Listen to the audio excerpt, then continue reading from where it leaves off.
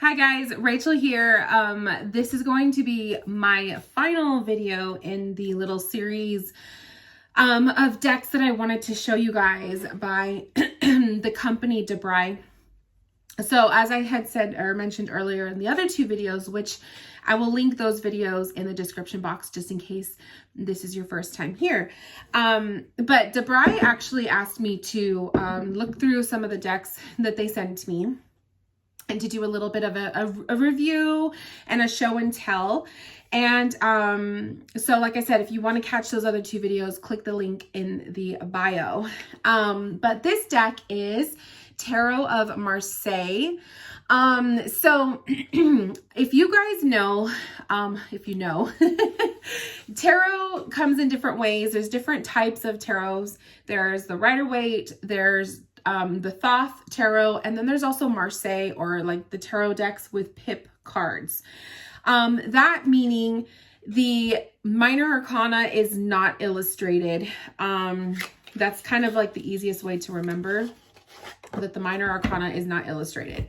So that's what this deck is. It's a Marseille deck. It's really pretty. So we have the box here. It's this is the 2020 edition. Beautiful little box with the title of the deck on the sides. So you get a cute little tuck box, and the back says, "The Tarot of Marseille will take you and your readings to the old world. Invented in 15th century Europe, these cards have a timeless look and feel. This is a reinvented and modernized version of the classical cards that most tarot cards are based on."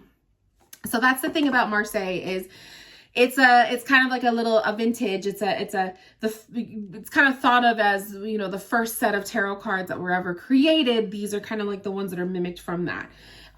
So some readers have a fondness for that if you're into the history of you know, the history of tarot and all of that. Whoops. Or if you just really like the art style and all of that, then you may be interested in this deck. So just a quick little walkthrough of it. I'm gonna put the camera down to the table so you guys can kind of see it up close.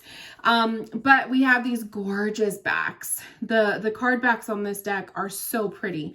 They're very rich, really rich colors.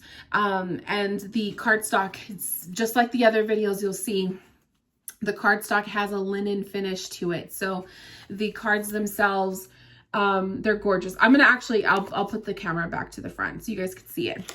The deck does also come with a guidebook.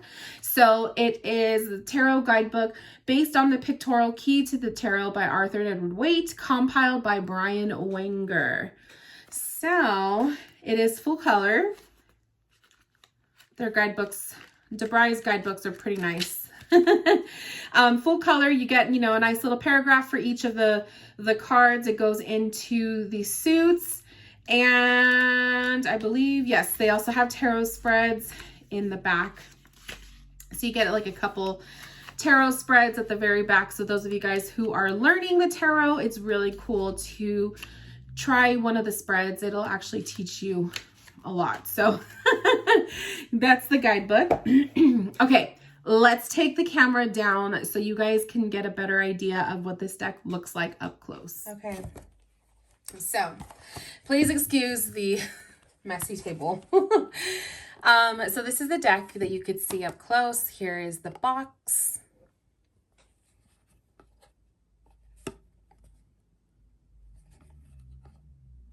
And the guidebook. I know some people like to get close-ups of the guidebooks. Really nice. And it goes into the minors as well. And then you have the spreads. And you also have example readings, which is cool too. If you're a beginner, it kind of gives you an idea of how to read those specific cards.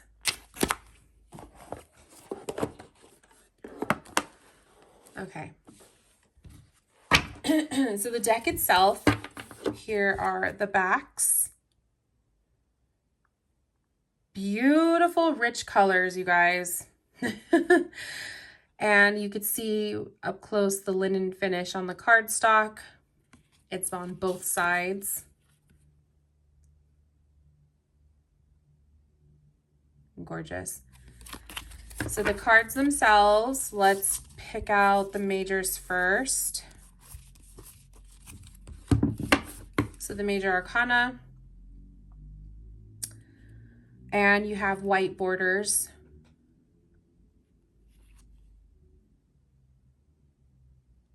Oh, okay, just noticed. I was like, how come it looks like something's missing? But it's the Fool, so it would have been 0, but they put the numbers on the top.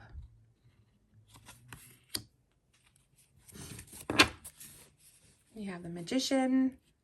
So I'll just do a walkthrough of the majors, and then I'll briefly show you guys the minor arcana.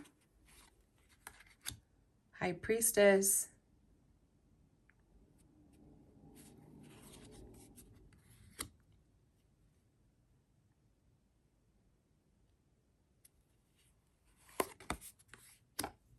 So you kind of get mostly a tone of, I see just a lot of reds, blues, greens, and golds. Kind of the same colors too that you see in the elements.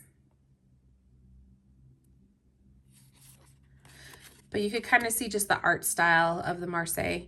I own actually a couple Marseille decks. I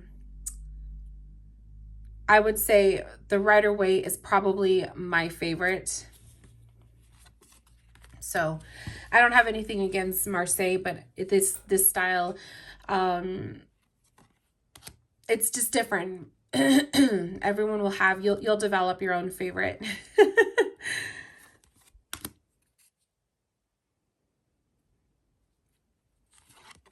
The imagery is really clear.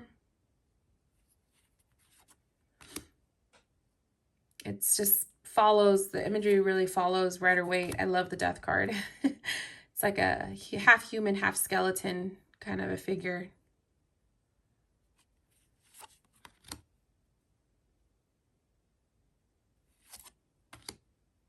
Ooh, the Devil. Ooh, they put the face on the belly. I always feel that. I always think that's so creepy. The Tower. So yeah, they kind of just stick to the same few colors throughout the deck.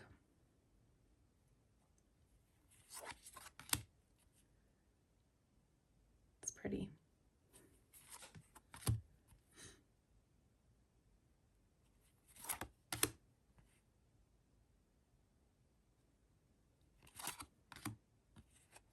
In the world. Oh, so pretty.